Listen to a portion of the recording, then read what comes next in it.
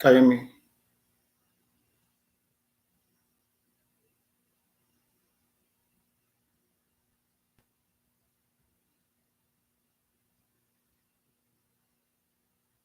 Can you hear me?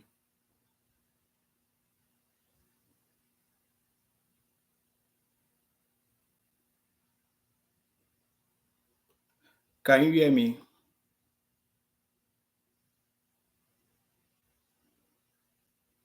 Can you hear me?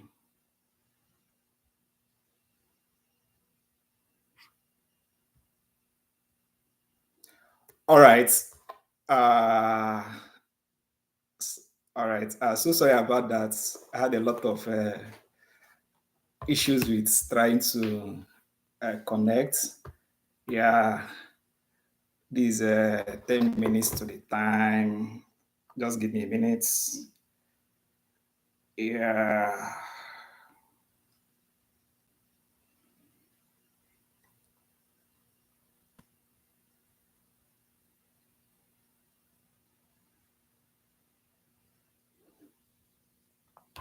just a minute.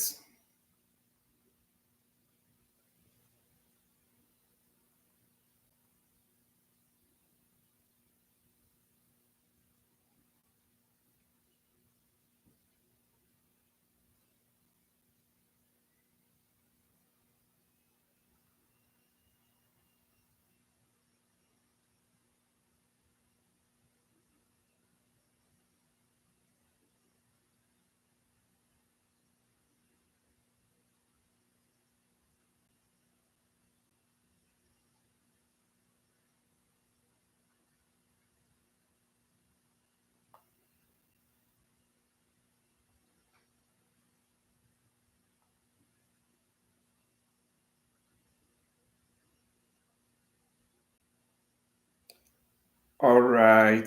Good afternoon, everyone.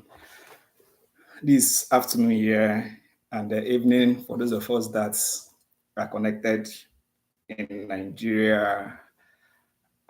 Okay, it's glad to see some of us. Uh, I'm seeing a lot of very familiar faces, familiar names.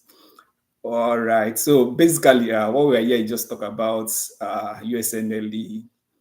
And I understand a lot of persons have a lot of questions and they want to know what and what are expected or what and what are involved to go about the USMLE pathway. Yeah, but before I start, I would like to just say a brief word of prayer in the name of Jesus. Father Lord, we want to thank you this afternoon for such another time. We want to commit this gathering to your hands. Thank you for these doctors that have come here to get one or two informations as pertains to the USMLE parts where we ask for insight, we ask for illumination, we ask for that whatever be their questions, whatever be the limitations, that because of this discussion, that you provide answers to such issues in the name of Jesus. Amen. All right. So as I'll be talking, if you have any questions, you can always put it over at the chat box. So basically, I want to believe that those of us that are connected here because of the issue pertaining to USMLE. I know a lot of persons have a lot of questions. How do I go about the process? The money involved? What do I need to read? It looks like something that is very, very difficult. All right. And to be frank with you, I also had similar mindsets before it was made clearer uh, to me. That's the truth. I could remember when I graduated from medical school, that was about 11 years ago, yeah, 2014.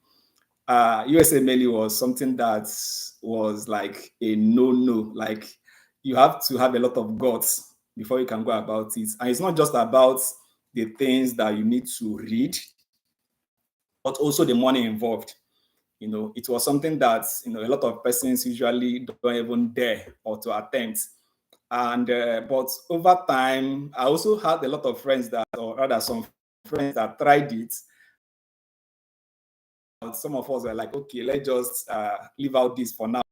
And personally, in retrospect, I would also say that, I mean, how I wished I knew what I know now earlier. I mean, by now I would have been an attending here in the United States, but there is no time that is lost. You know, there is this popular saying that is a Chinese proverb that the best time to plant a tree was 20 years ago, but the second best time is now.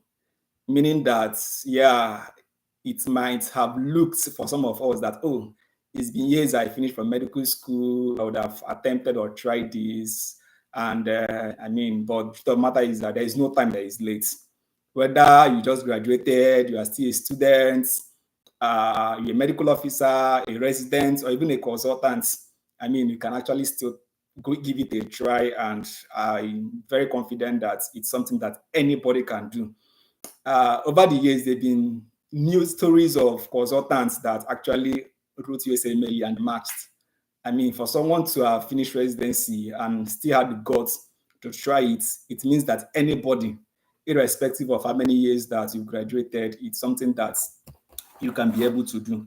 So basically, I want to start by just giving us a little of my profile so that we just understand that it's something that some of us can do.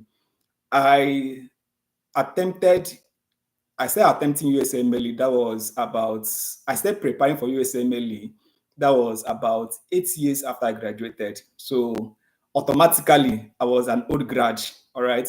Most times, once you are more than 5 years, you are considered an old medical graduate, meaning that they see it as a little of red flags, but it's not really much of a red flag if you understand some of the things I'm going to say here this afternoon. All right, so I finished medical school in 2014, then did my house job, NYSC, after which I felt like I needed to know more about pharmacy. So I went back to study pharmacy. Then towards the end of my pharmacy school, that was in 2020, 2021, I met a colleague, a younger colleague in one of the hospitals that I went to do locum.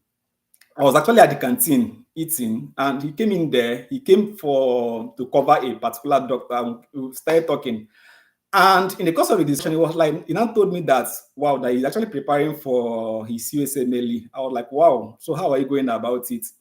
He was now the person that now broke down some of the things for me, and he made it. It became obvious to me that it's something that is very much doable. All right. Because as at then, I never knew that, step 2CS is no longer 18, that you don't need to, it was like, because before now, you have to come to America to come and write your step 2CS. Then before you can now apply for matching. But over the years, in the advent of COVID, the step 2CS was removed and it was replaced with OET. Sorry, excuse. So it was replaced with OET. And he now told me stories of people that they never left Nigeria. The first time they entered the US was when they matched. And I was like, wow, so this thing is actually doable. So he gave me some of the informations, some of the materials that I needed to study. And that's how I started my USMLE journey. That was in 2021. Yeah, that was when I started reading, though I was not very serious with it. Just like some of us, you just read and, you just, after some time, you forget about it. And some of the persons that I started preparing with that we are serious, some of them are third-year residents now, whereas we are just first years. But I mean, there is no time that is late, actually. So, but I wrote my step 1 in 2022, then wrote my step 2 in 2023. And I applied 2023 as against 2024. However, I made a lot of mistakes. And one of the mistakes I made was that my step 2, I didn't have a lot of time to package my application very well. Number 2, my CV and a lot of things were a little bit scattered. Then number 3, I think that was a basic thing. Nigerian network messed up some of my interviews. So I had, I think, 3 interviews, and network messed up 2 of them. So I ended up ranking only one, and I didn't match. And it was a very painful experience for me. What I did was that I went back. I had to reassess myself and re-strategize, and now planned for the next matching. And when I applied, the previous year, I applied to 110 programs. And because it was scattered and everything, I had only 3 interviews, ended up having a successful one. However, the one that I later matched into, that's last year, I applied to lesser number of programs. I think I applied to 80 or 70. I can't remember, either 70 or 80. I ended up having 13 interviews out of 80 programs, compared to when I applied to 110, I had 3 interviews. So there are a lot of things that I did, how to change a lot of things and refine my applications and a lot of things. And one of them was just entering into residency in pediatrics. Okay. So, and now I matched into a pediatrics program. That's a university program, which happens to be the best in the states. I mean, in my state, I mean, state of Arkansas. That's the #1 hospital here in Arkansas, and it's a very, very big program. And to be frank with you, I think I would encourage everyone. One of the reasons why I went for USMLE actually was because I wanted something better out of medicine. Okay. One thing I used to tell people is that you need to have a purpose. There is a popular saying that when the purpose of a thing is not known, abuse is inevitable. If you don't have any reason, oh, what is the reason why you want to try out USMLE? What was the reason why you want to come to the United States? At the end of, if it's just because of the money, okay, it's a goal, it's a purpose. But for me, I wanted something better. All right. I was already tired with the cycle of, some of the treatments, as a pediatric resident in Nigeria. Most times you are treating malaria, sepsis, acute diarrhea, all those very common stuff. But the high stuffs, the very important things that at the end of the day, there was no access to a lot of technological developments, advances in medical care and the rest. And to be frank with you, since I've been here, this is just barely 2 months I started residency.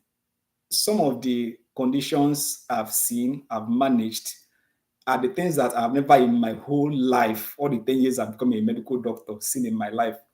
Some of the things that we used to read in textbooks, and you read those things, and you be like, wow, is this thing obtainable? Is this thing possible? Like, there are some things that those days you read in medical textbook and it looks very far away.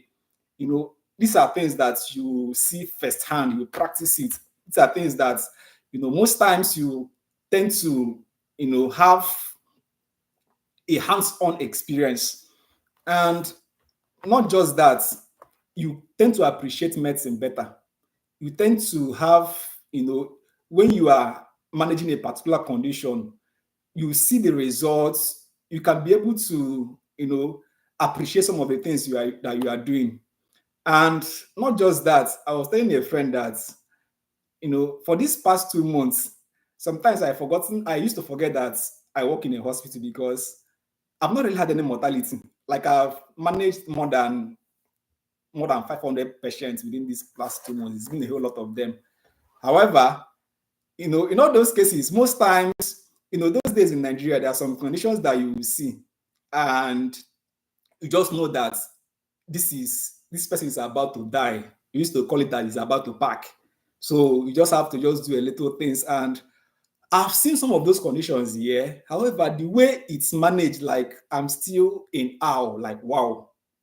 There was one condition last time when I was doing my night, and we had a med call. Med call is medical emergency team. Maybe a patient that is deteriorating, they'll just call a med call. Immediately they called that med call, like, within the space of 5 minutes, we had more than 15 health workers around. A lot of doctors came around, nurses, have a lot of team. They come, everybody, we are just there, and before you know what is happening, the patient was resuscitated. So the point there is that this was some of the reasons why I wanted to come over here. I wanted to practice medicine better. I wanted to be a better version of myself. And I knew that I need to go to a place where they have something better to be able to get something good. And however, at the end of the day, the plan is to give back to Nigeria. All right. And the truth is that if you don't know better, there's no how you can give better. All right.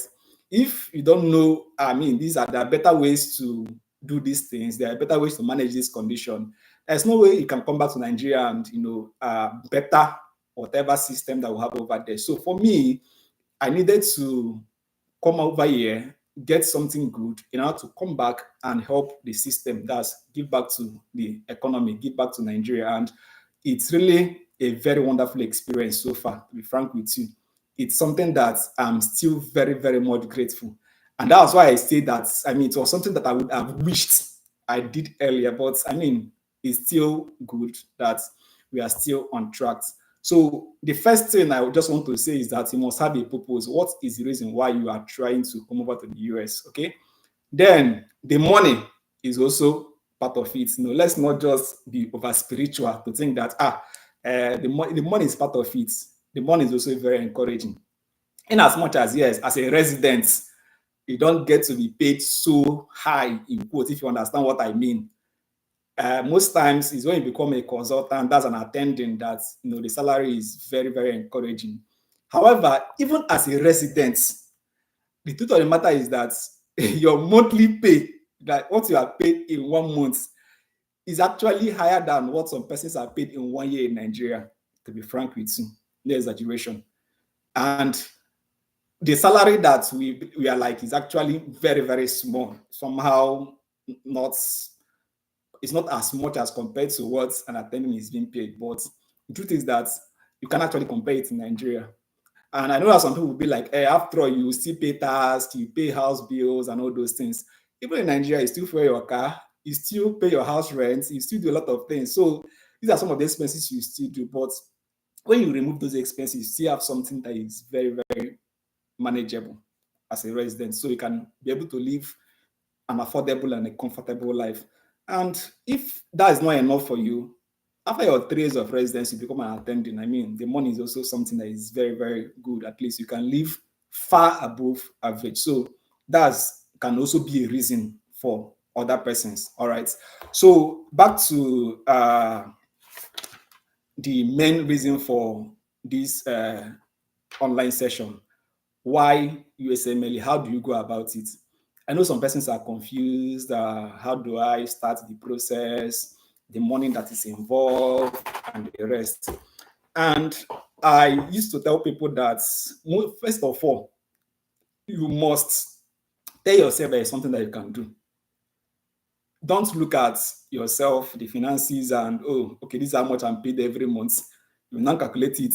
If I'm able to save so and so amount of money every month times 1 year, they will now tell you, now look at the amount needed to do all those things. Be like, it's not possible. The truth is that it's actually possible.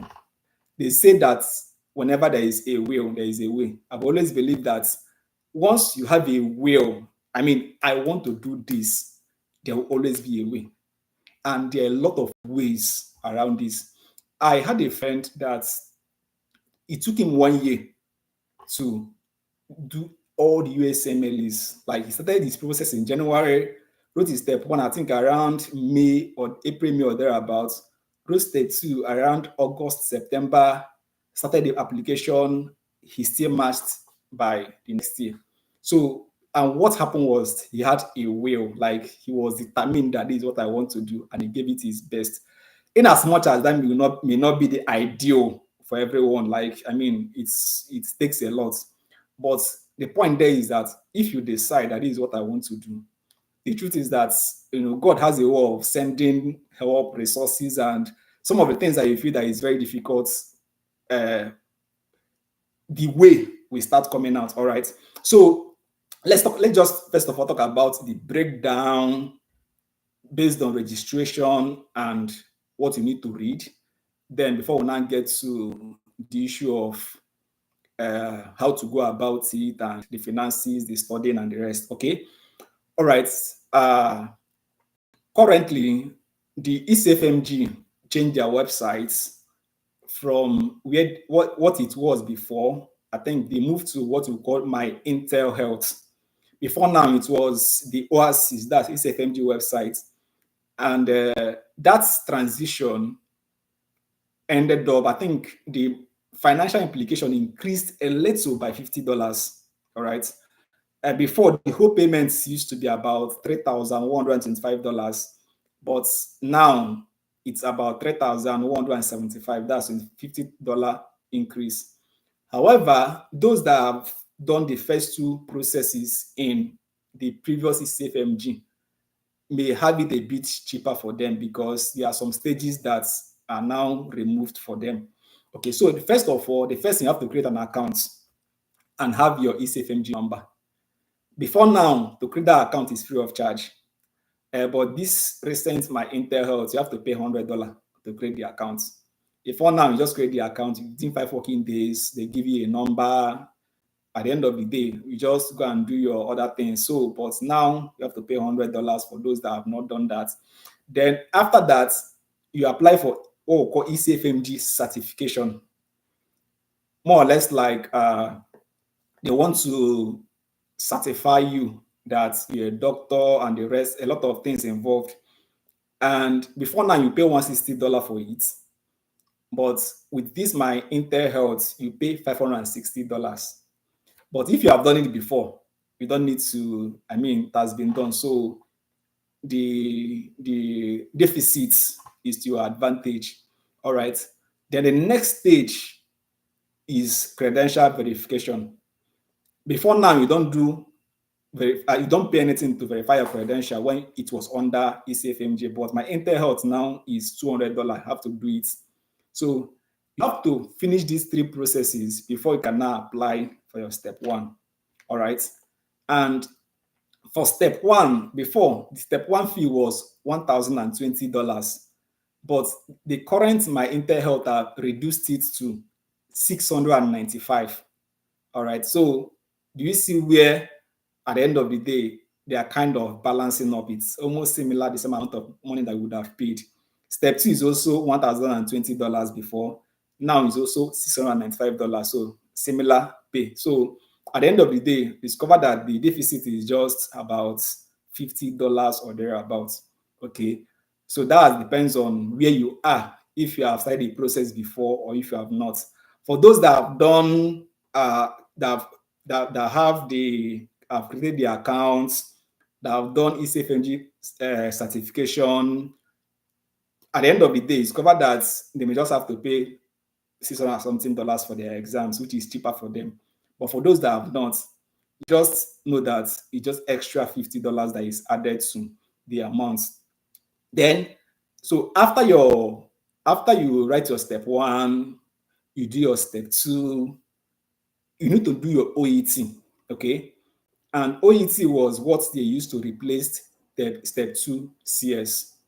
And OET now, I can't remember how much it is, but I know it's paid in Australian dollar. You can just go online and check how much is the current price of OET. And there are many places they write OET, Lagos, Abuja, Port Harcourt, I think some places in Nigeria for those who are in Nigeria. So OET now, you need your OET step one and step two before you can now apply for ECFNG certificate. It's more or less like, oh, this certificate authorizes you to work in the US. And to get that certificate, you pay $925. That's also another place that you need. You have a lot of money to pay. Okay. Then with that certificate, we can now start applying for when application season opens. You can start applying to programs. And the organization, or rather the websites that are in charge of all those applications, we call them ERAS. That's the Electronics Residency Application System. Yeah, ERAS. And for ERAS, for the ERAS, there are little money that's are involved. You have to pay for the token, which is about, I think, $60. Yeah. Then you now start applying to programs. The number of programs you apply to depends on how much that you have, because the application has its fee. Then secondly, depends on the number of programs that you want to apply to. So that one is a different thing altogether. But basically, what I want to talk about is just about the whole step. Okay, this is step one, this is step two, this is how to go about it. So this first thing I talked about are the main payments that everybody must do. Okay, you have to do this. These are things that are required. Then the next thing is there are other small fees. For example, you have what we call some materials that you need or use to prepare for the exam. One of them is UWord, okay? And UWord will have mainly online and offline version, okay? But some people decide to use, the online, you have to subscribe to it. And depending on if you want 3 months, 6 months, 1 year, you have to subscribe. And what some people do is that 2 or 3 persons can come together. Okay, let's contribute some amount of money, subscribe and use it together. There are a lot of, and sometimes you can also, for me, I had to get from a friend that his own was about to, he just finished the exam, had some months remaining. I bought it from him, used it, and when it was about to expire, I had to elongate it a little to accommodate the time that I will write my exam. That way it became cheaper for me. Okay. For my step two, I had to buy the 1 year subscription because I needed time to prepare for step two. So, but the point there is that uh, there are some persons that still wrote the exam without having to pay anything for them of those subscription. There are some ways around it. That's the truth. There are some. So apart from that, you have some persons do online MBME, but there is still other versions of it. So the point there is that these are payments that are not so, it's not like everybody must make those payments. It depends on your financial capacity, if you want to use those materials or not. People can be able to afford not to use them and they still do well in the exams. All right. So then that's it about the payments. I will still talk about other ways to go about, making the payment cheaper for you. All right. Then the next thing is the preparation, the reading proper. I think that's where the bulk of the issue comes to play. Okay, how do I go about this? Most times for us, think about it, it looks like something is very, very difficult. You see that something that is only the intelligent persons do. It's not true. You don't need to be super intelligent. You're a doctor. You passed through medical school. For the fact that you passed through medical school, whether you wrote receipt or not, means that you can be able to do it. 2 things are required. Just be consistent and be disciplined. That's just the only thing that is required. You have to be consistent and you also have to be disciplined. You don't need to be super intelligent. Just be above average. Once you're above average, you can be able to go about it. But the discipline and the consistency is because of the fact that there are kind of a lot of things to read, especially when you are preparing for step one. Step one is quite voluminous compared to step two, and step two is also quite voluminous compared to step three. That's the truth. And that reason is because your step two is more or less like 60% of your step one. So if you have done a good background foundational work in your step one, you don't need to read so much for step two. Some people actually prepare for step two within 2 months, 3 months, they've written their step two and they still do very well. But step one requires you to kind of, do a lot of foundational stuff. And because you are coming in contact with those materials for the first time, it can be a bit discouraging. Let me just give us a little of my personal experience. When I started my step one, a friend of mine asked me to, first of all, check my baseline MBME. Okay, I will talk about what MBME is all about. MBME is like an assessment tool that more or less like assesses your level. Okay, this is where I am before starting this preparation. And it was like, it's good to check your baseline MBME so that maybe after every 2 weeks or after every month, you can always be assessing yourself. And I was thinking I was intelligent until I did those baseline MBME. And the day I wrote that MBME and checked my results, it was so terrible. Like, I failed woefully. It was so depressing that at some point I was like, that was on a Sunday morning. I was like, I almost was tempted not to go to church. And when I went to church that day, my mom was like thinking, wow, so is it what these people pass through? It was looking like I failed woefully. I think over 200, I got, I think about 80 or 90 something. Like it was so bad. It was so bad that I was so depressed. And the funny thing was that I think I've read for some months before I did that MBME, but that was the time I wanted to now start taking the preparation serious. I was like, okay, let me just do the MBME, and it was so bad. But the thing there was that it kind of gave me background or baseline. And as I kept reading, kept doing the MBME, I kept seeing, improvements in my scores. And at the end of the day, if I even wrote my step, and now I'm going to pass. That's the truth. So the point there is that the uh, that's MBME is one of the things that kind of helps you to know your level of preparation and how ready you are for the exam. So for me, I think those materials, there are a lot of materials out there to prepare for step one. A lot of them, people will tell you a lot of things, and those materials work. However, I think I have only like 5 materials that, for me, or rather 6, that are basic. First of all, your U word. When you're writing for your step one, you need your U word. So, as much as possible, try to have access to U word in whatever version, whatever way you can have access to it. Number 2, you need your first aid. First aid is like the Bible of step one. The same way that those days in pre-medical class, if you are doing anatomy and you've not read your last anatomy, it's as if you're not a serious anatomy student. That's the same way that first aid is like the Bible.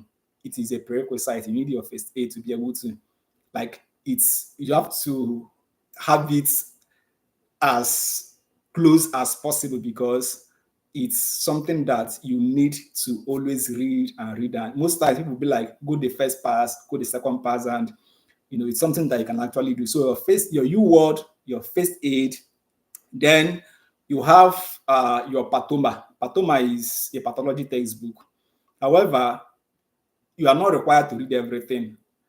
They say the first 5 chapters of Patoma, which is barely maybe 50 pages of that textbook. It's kind of gives you most of the things that you need to know as far as pathology is concerned. So that Patoma is just a little part of that textbook. All right. Then videos. There are a lot of videos out there, but the most common one is the Board and Beyond videos. And for me, okay, let me just finish some of the materials, then I'll talk about what I did and what I used. So you have Board and Beyond videos. Then you also have Sketchy. Sketchy, you have Sketchy in pharmacology, Sketchy in microbiology. And Sketchy is just like animation.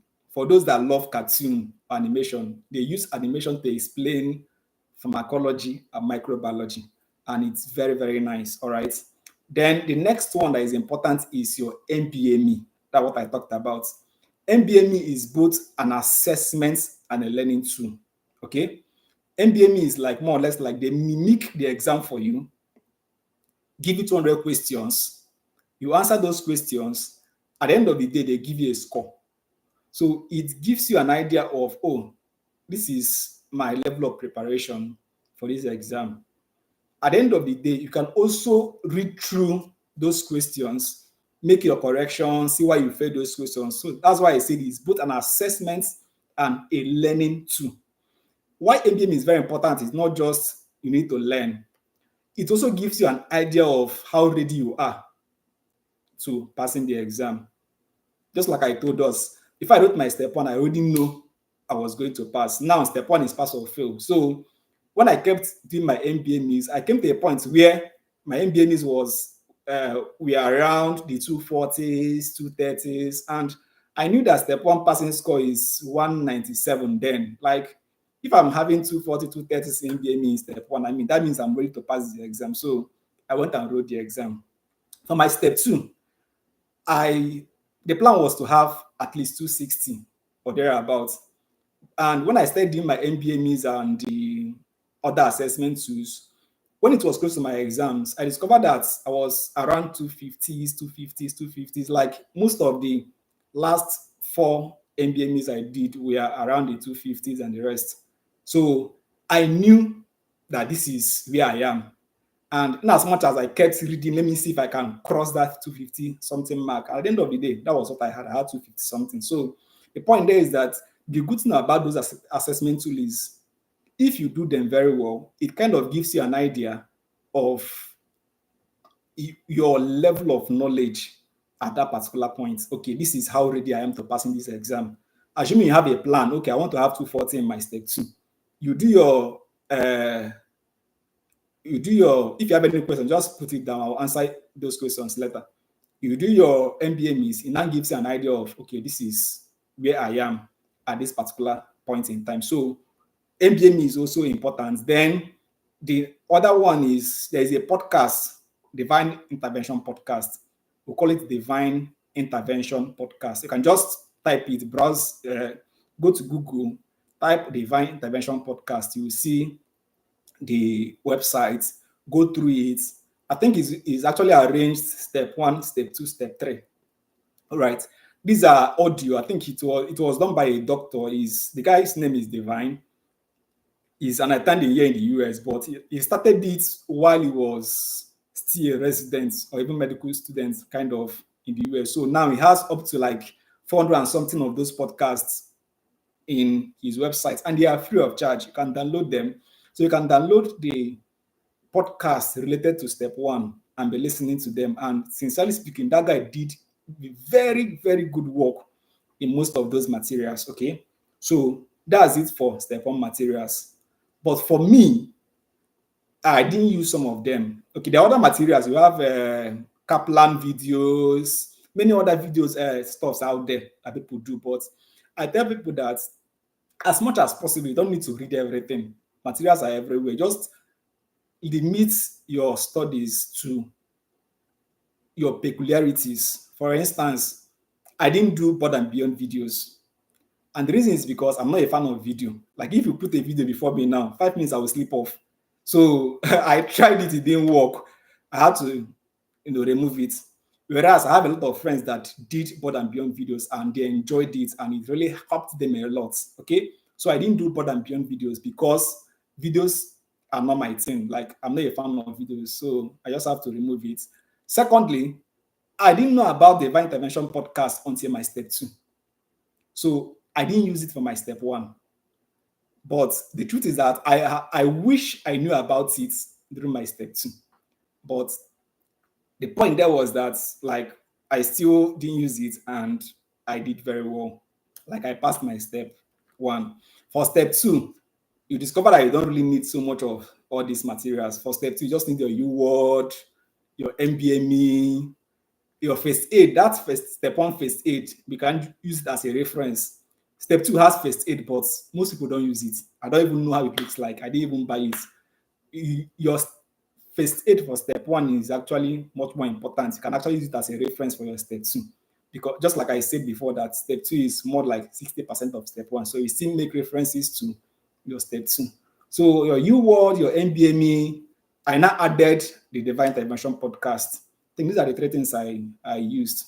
And, at the end of the day, the score was, pretty above average. So that's just those materials that you need. There are many other ones out there, but just like I said before, you don't need to gather all those ones. Just limit the materials based on your peculiarities. For step 1, you must have your first aid. You cannot do without it. You must look into your U-word.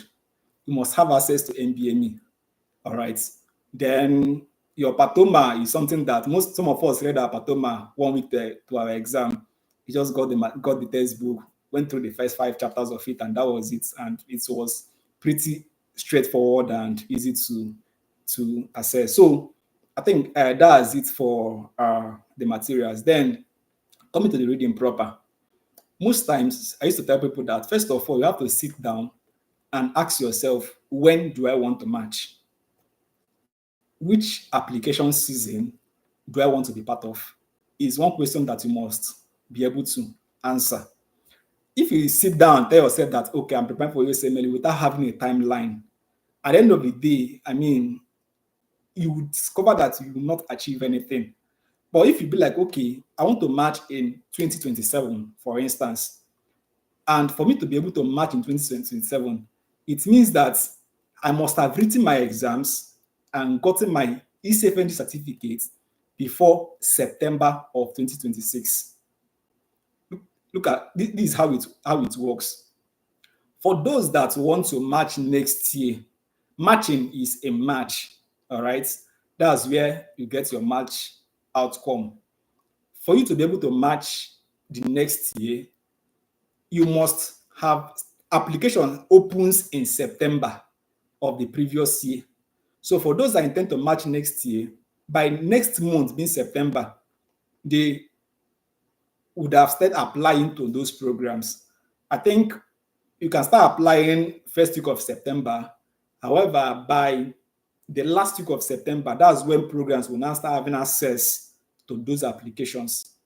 And they will start reviewing applications, sending interview. So from October till January, we'll call it the interview season.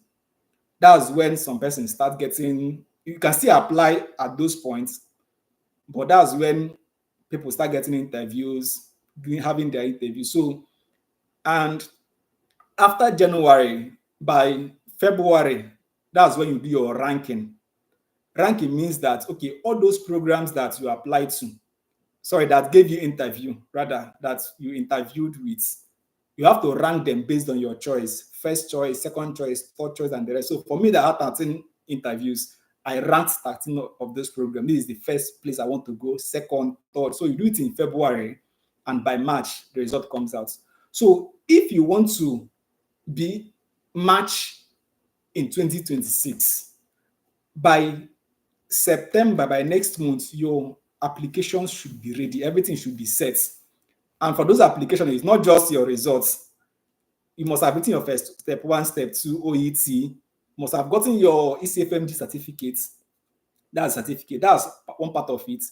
Then you need your personal statement. You must have written your personal statement. You must have gotten your letters of recommendation. You must have written your ERA CV.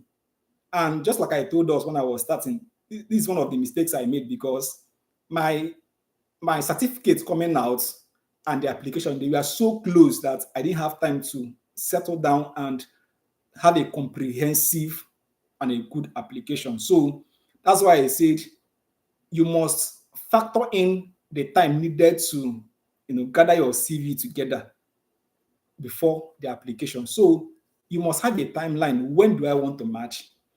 And that will now determine, okay, if I want to match in 2027, this is August.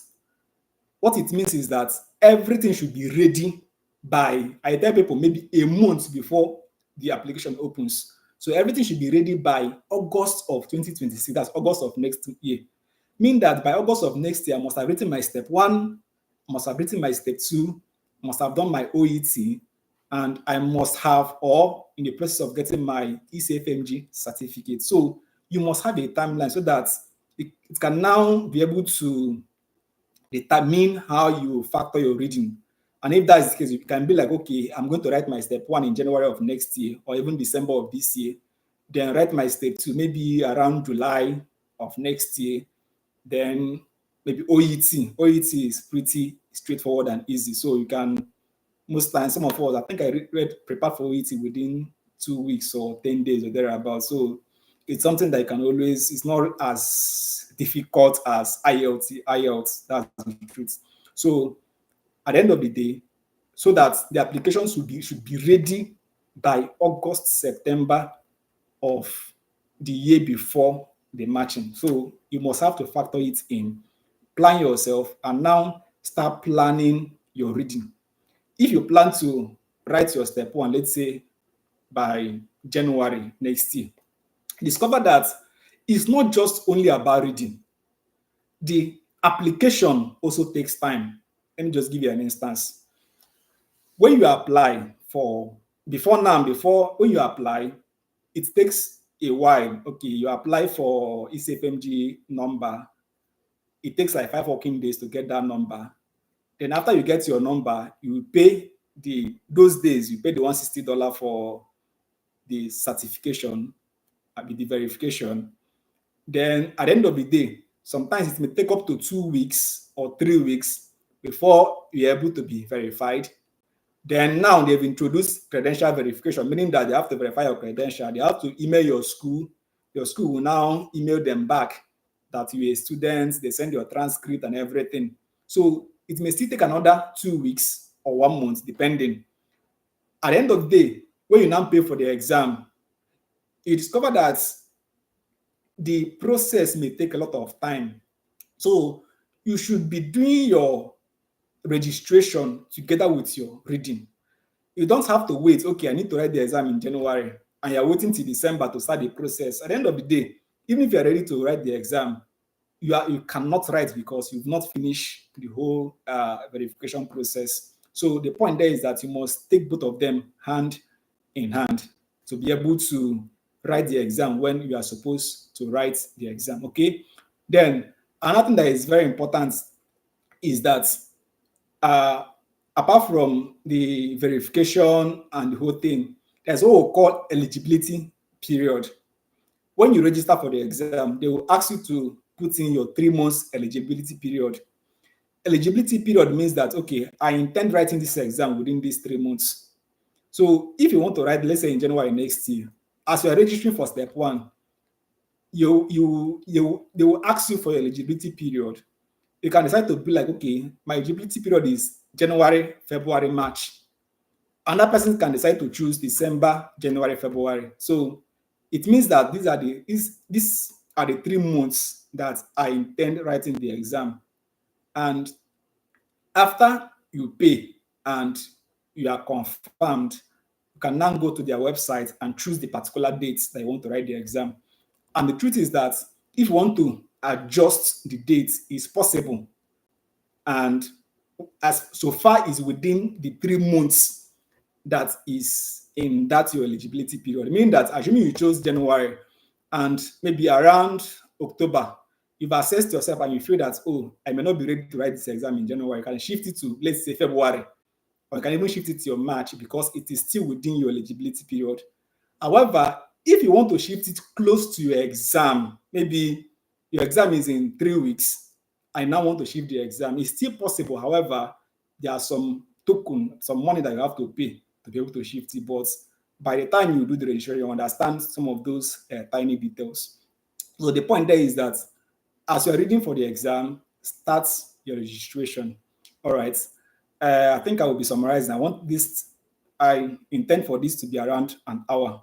So let me talk about the idea of the finances, which I understand can actually be a very big challenge for, especially for those of us that have to pay over there in Nigeria. By the time we're talking about thousands of dollars here, and you're asking yourself, how much is even my salary? And by the time I remove my basic expenses, what is remaining? And I tell people that, just like I said before, once you've determined that you're going to write this exam, it's still possible. And the first thing I would encourage you to do is that you can start saving your money in dollar. All right. Rather than leaving it in naira, they pay you salary, you are keeping it in naira. At the end of the day, because of the way naira is going, the depreciation value is very, very high. So the best thing is, what I did was that I had a dollar account.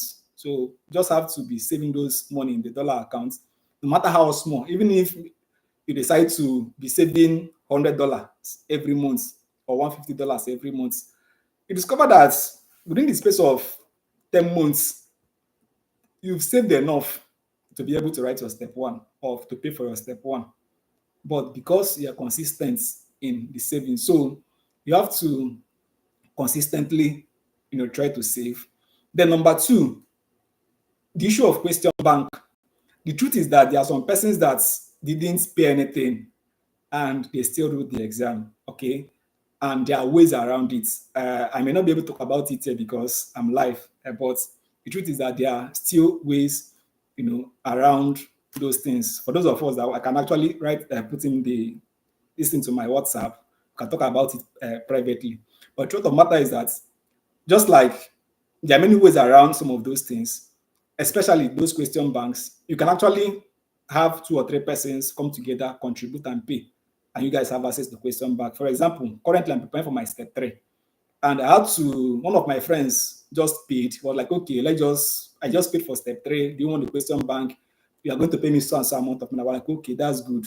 And I'm using my U word, preparing for my step three. And I have to pay him $200 at the end of the day. And the subscription was around $400 something or thereabout. So it was cheaper for me because we had to combine resources. So two, three persons can decide to come together, pay for the question bank, you know. And apart from that, even if you don't have the money, there are still other ways. Then there are many free materials online, just like I told us, Divine Intervention podcast and the rest. Then apart from the payment for the exam, there are still other small miscellaneous expenses. For example, you want to go and write the exam. For those of us in Nigeria, you have to go to Ghana to write the exam. And to go to Ghana, you have to fly to Ghana. You have accommodation, you have the feed and everything. The truth is that there are some persons that decide to use transportation. Their buses from Lagos to Ghana, to and fro, and it's cheaper for them. The reason is because to cut cost. So if you don't have the money to fly to Ghana, you can decide to, enter bus and, decide, use bus and go to Ghana, write your exam and come back. And rather than spending 2 or 3 days in Ghana, you can decide to just spend a night there or 2 nights. The night before your exam, write your exam, the next day you just enter bus. So even that night you enter bus and start coming back to Nigeria. That way it can also cut cost for you. Then another thing, you can also have your friends and family, okay, come in to support when it comes to writing the exam. I used to tell people that one of the things you must understand is that you must take this as an investment. One of the things that was very painful to me when I was going through this process is when you calculate the amount that you are spending, you are asking yourself, if I had used this money to go and buy land or start building something, like this money would have been enough to buy something substantial and even enjoy myself and buy a land and all those things. But if you see that you are doing an investment, the same way that somebody is using his money, his savings to go and buy land, or using his savings to do one investment or the other, your own savings is used for this exam.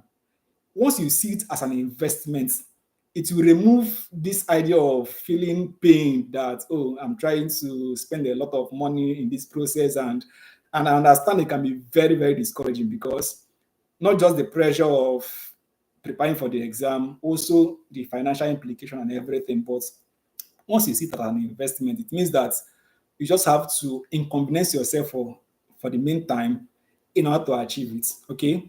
Then finally, I understand that there is this center in Enugu where people go to and they register, and if they are accepted, the center can pay for the exams for them.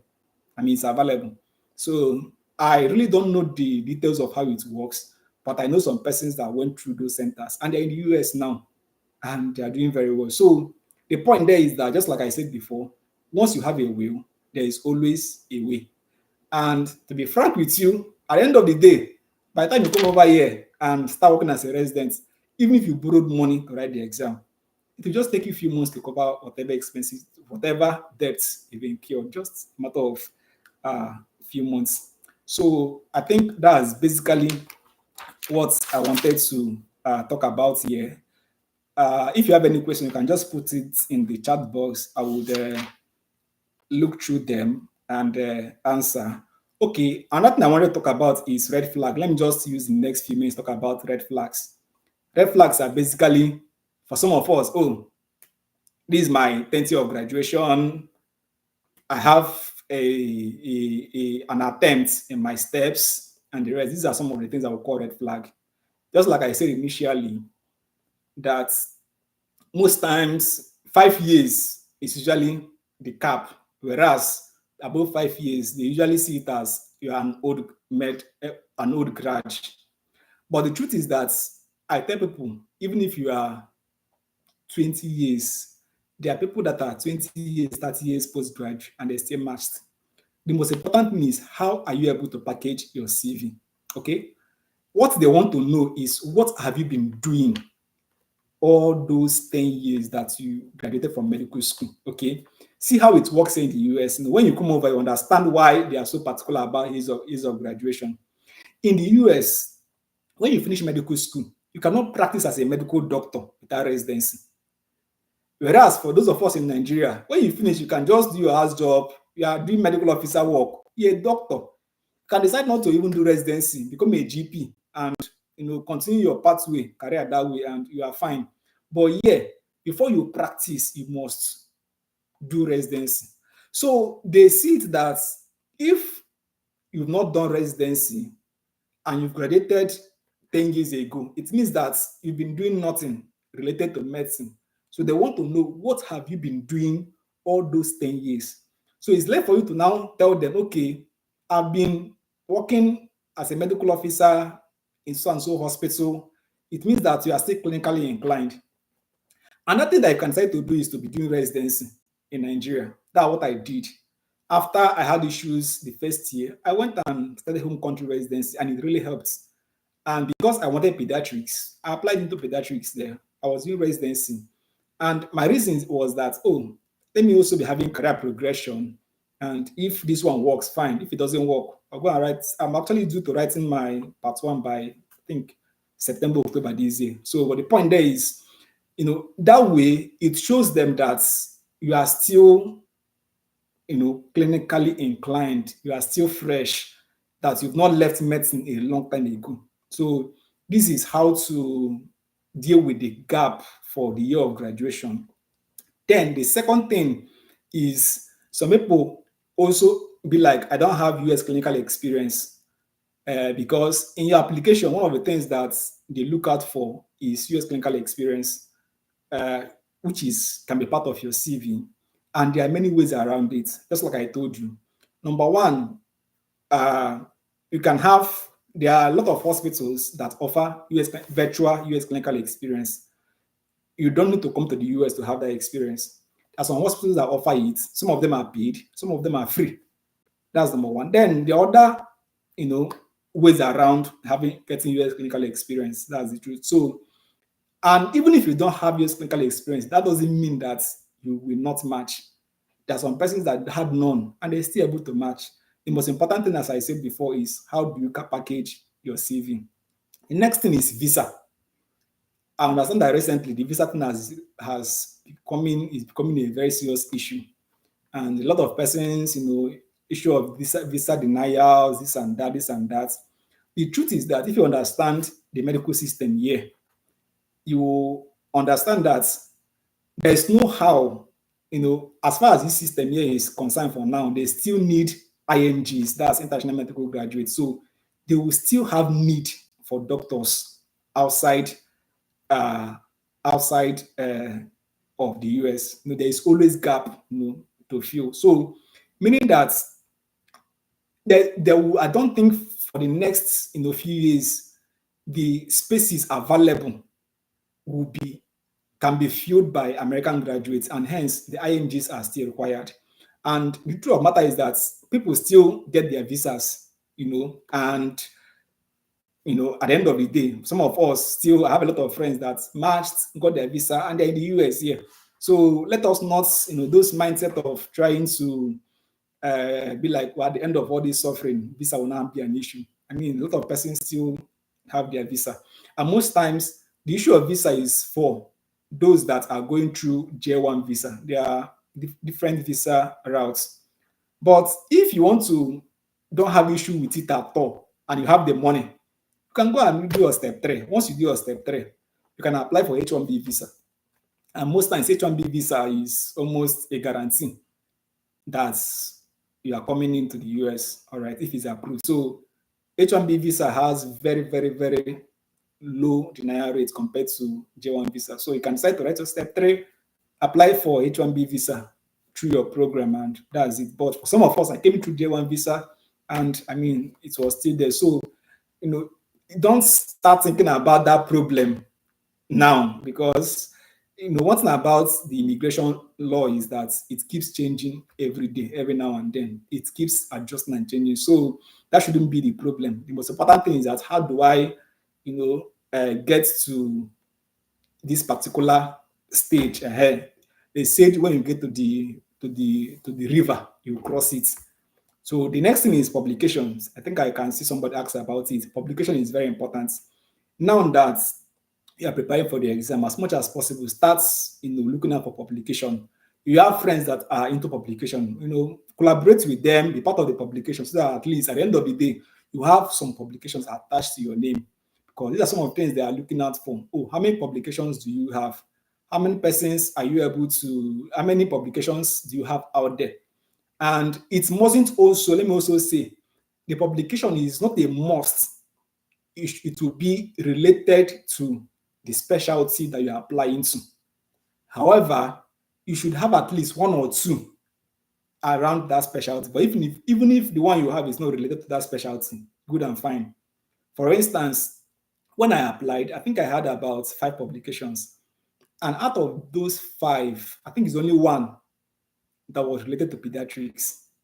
And that one was the one I did with my SR and a house officer when I was doing residency. And at the end of the day, when I was doing my interview, they asked me about publication because sometimes they will ask you about your publication.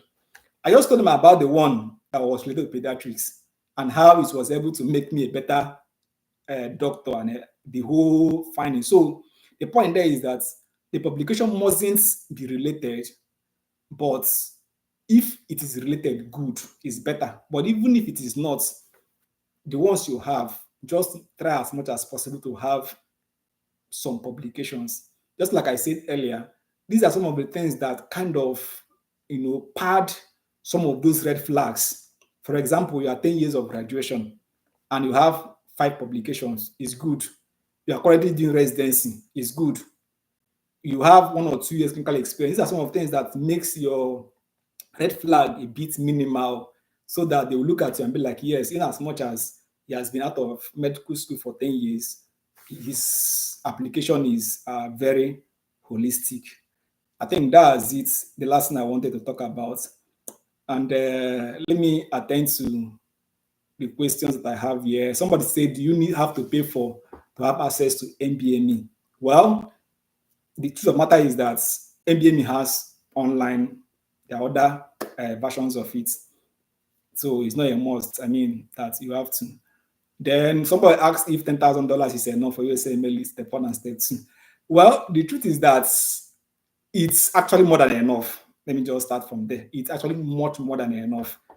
In short, you can even, that amount is even, just like what I told us earlier, the whole step 1 and step 2 payments is about $3,100. Okay. The other payment that you may need to do is just to apply to programs.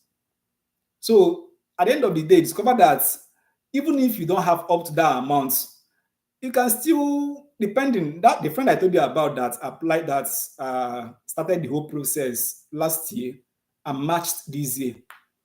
At the end of the day, he applied to a very little number of programs and he was still able to match. So the point there is that the money involved, the fixed payments is about that $3,100. That's the one that are fixed. The other ones that are variable is the issue of, okay, your UWard now, you're traveling to Ghana or wherever you're writing the exam, how much you're going to pay and the rest. So discover that depending on how you want to make use of it, that amount is actually much more than enough. That's the truth for you to go about it. Then somebody asked, what are the minimum publications one should have before applying for matching? And also, how do you go about your networking? Who should be our target audience? This is very, very important. Yeah, just like our publication, I said before, there's no minimum, but as much as you can, the better. 3, 4, 5, 6, 7, depending, but there's no minimum. But try as much as possible to have some publications, at least 2. Okay, there's no minimum, but there are still some persons that didn't have publication, they still matched.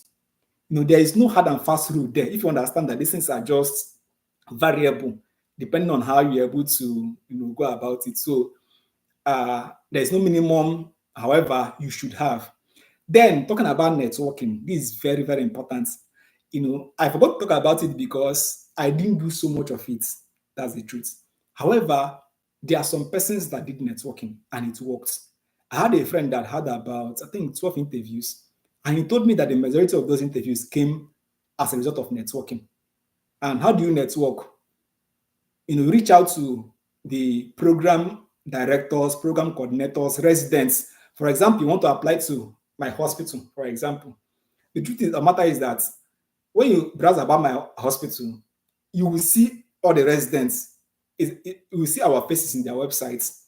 And then you will see some of them have the LinkedIn page and the rest. You can actually reach out to some of the program directors, program coordinators, even some residents. And some of them can have words to say for you in the course of the application. So, but basically, if you want to network, the main persons to network to are your program directors, program coordinators. You can also network to residents because some of times, because in my program currently now, there is a committee we called the residency application committee, more or less like interviewing committee. But these are people that, so at the end, a resident in the program can actually say a word for someone that's applying. So, but networking is very, very important. Even some of your friends that are in the US who are residents, you can actually network through them and they can speak a word on your behalf to their program. Maybe you apply to their program and that person can be like, okay, relate to their program coordinate director at Ed. I have this my friend in Nigeria is doing very well. And obviously, they will give you an interview invite. Because one thing I discovered about here is the same way everybody is applying, they don't know anybody.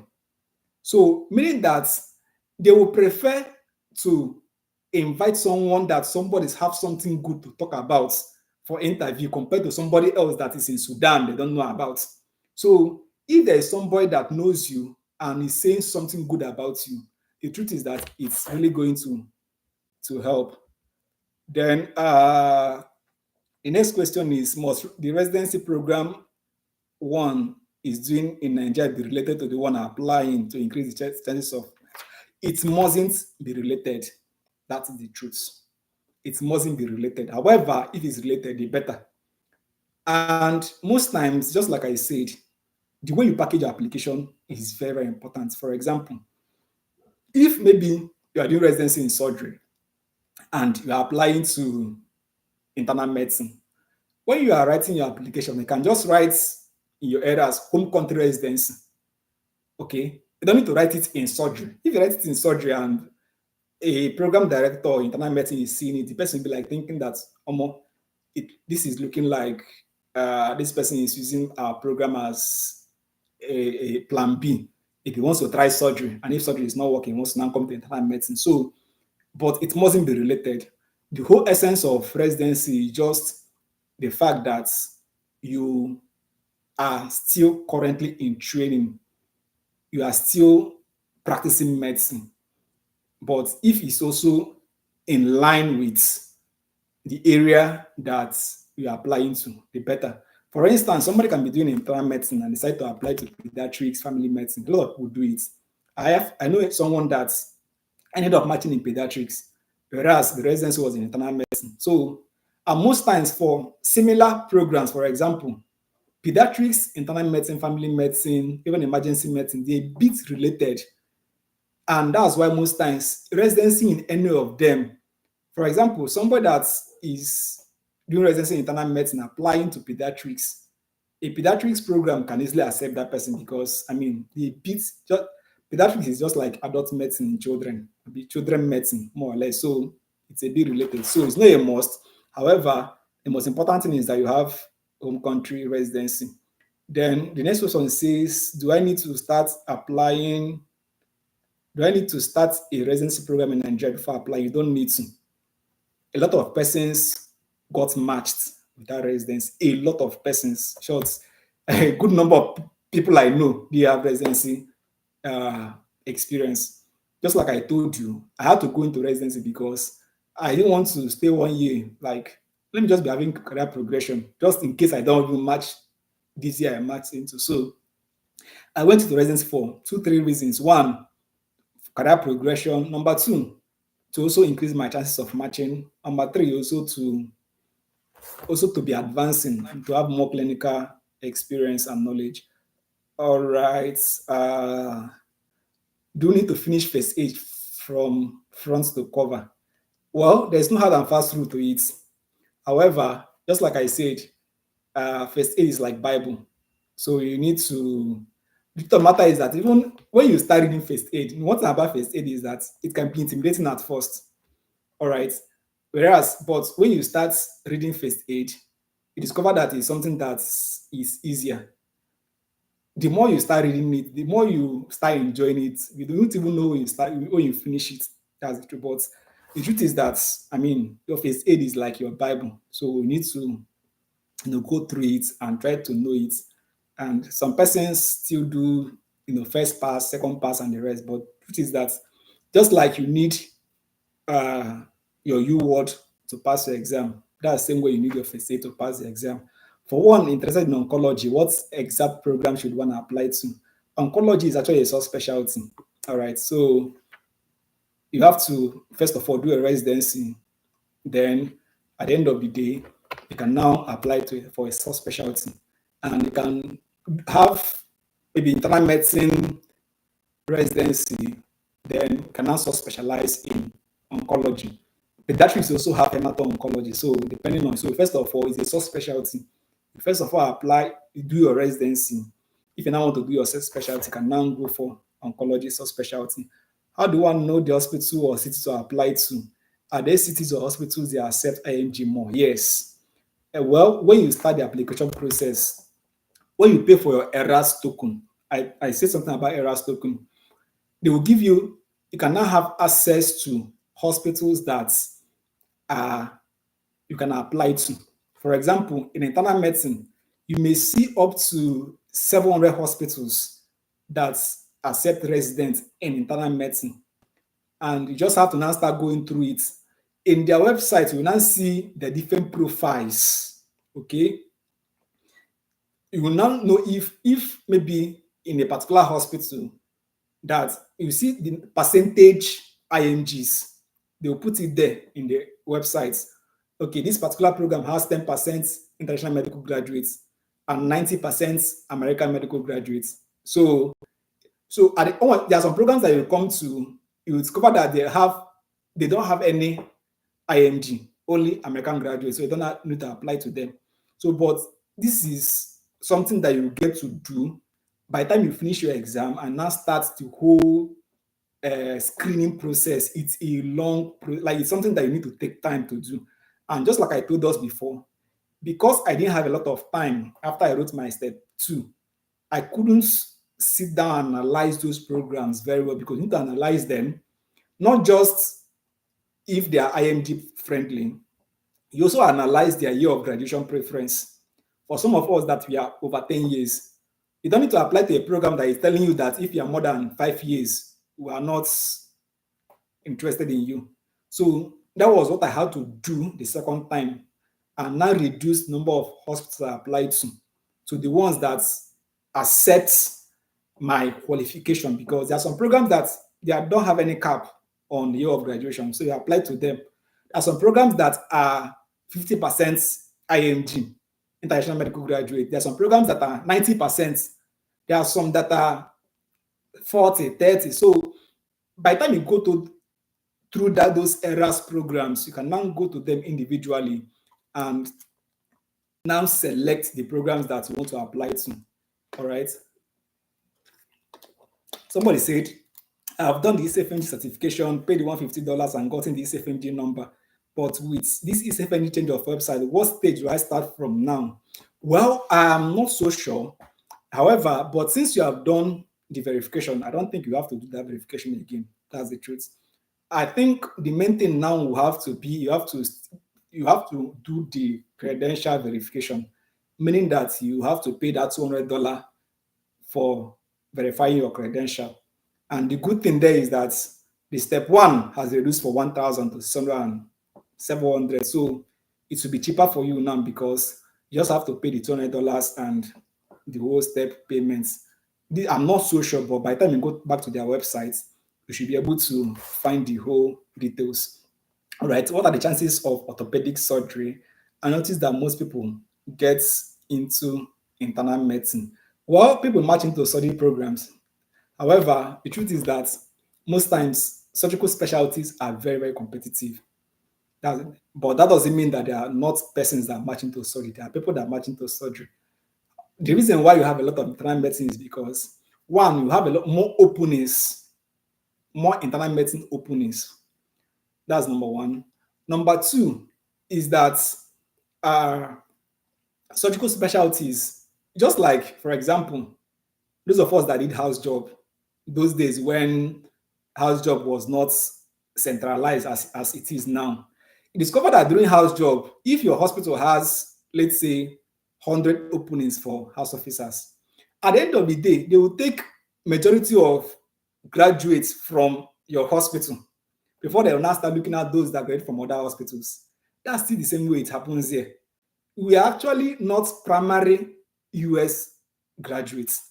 So you expect them to give preference. It's normal, it's natural to their people compared to those that are coming over. So surgical specialties is highly competitive because you also get to have a lot of US graduates also going for it. The spaces are not much. A lot of US graduates are going for it. However, if this is what you want to do, that's where it comes into how wholesome is your application. The most important thing now is the application. Okay, how was what was your step two score? You can't be having a below average step two score. I want to apply to orthopedic surgery. I mean, so then another thing is, have you been doing any other thing related to orthopedic surgery? If, for example, you are a registrar, a senior registrar in orthopedic surgery, I mean, it's a good thing. You can tell them that, see, it shows that you're interested in orthopedic surgery. So, just like I said earlier, the application, how wholesome application is what truly matters. The final question here is, what is the next step after getting ECFMG number? Okay, I guess this person didn't come here, was not here initially when I started. The next step is you have to do your certification. You have to pay the $560 to get the certification. Just go to ECFMG website, you see the breakdown, all right? And there you have other information that you need to know concerning the stuff. But just like I said before, there is a little transition from what they are, what they were, to they transited to my Intel Health, okay? And that way it kind of makes it easier. Not like easier. They kind of, so they are, when you go there, you see the different steps. When you also go online, you also see other information when it comes to this. I think this is the last question. And before I conclude, just want to say a little thing. Number one is that apart from what I said today, when you go to YouTube, you see a lot of videos out there that are related to this. What I did was that I watched a lot of videos. Some of them will tell you some of the things that are not, you just sift some things, but you discover that as you keep watching a lot of videos, you've already known some things that are very common denominators that everybody kept talking about. All right. There are some things that somebody will say that you discover that it may not be so important, which is important. Another thing I did was that I was following some of the USMLE platforms on Facebook, and there you see people say a lot of things. In as much as some of those things they will say there are very scary and a lot of things, but it kind of gives you an idea of some of the things that are required. Then there is also Telegram groups that you can also join. There is also WhatsApp groups. These are things that groups that I was part of that kind of helped a lot. I personally created a group that's more or less like try to talk about the USMLE stuff. That's really been dormant for a while, but over time, I'm trying to see how you can be able to activate that WhatsApp group. So I think I'll be ending it here. I know that a lot of persons have some questions. However, if you do, you can come to my DM. There are some things that I may not be able to say here, but personally, or maybe in that platform, can be able to talk about it better. Just like I said earlier, the truth is that this is doable. It's something you have to tell yourself that is doable. It's something that, I mean, you don't have to look at whatever some persons, their issue is that it's difficult. The truth is that it's not as difficult as you think. Once you are average, once you are consistent and disciplined, you can do it. That's the truth. The most important thing is, as I said earlier, what is the reason? Are you coming over? Do you want to? Is it because of the money involved, or do you want to practice medicine better? The truth is that in retrospect, there's no regret. Like I am still wishing that I had this experience earlier because it's actually better off. You tend to appreciate medicine better. So you just have to tell yourself that this is what I want to do and be resolved that you can do it. All right. So I think at this point, I will be ending it here. Thank you so much for the time, those that joined and those that asked questions. I want to sincerely believe that we've really been encouraged. For those that are really, kind of having double mind, is it doable or not? I want to believe that with this, we are encouraged and we kind of are resolved to go about it. And sincerely, I'll be very glad to have some of us around here to come over here and sincerely, I will be happy that I have a lot of persons around. One of the things that we have here is that you come over here, you don't get to see friends, families, and colleagues around, but it's always good when you have people from your country, people are like you around. Somebody is asking for my DM. I will type in my WhatsApp number and then you can chat me up on WhatsApp. My response time may not be very fast because I have a lot of things, but as much as possible, I will try to reply. But I think what I will do is just to send you the link to the WhatsApp group so that whatever question anybody is asking can be answered in the central group. Thank you so much. God bless you. And I want to see you at the other side of victory when you must have written the exam and marched into the residency here in the US. Yeah, God bless you.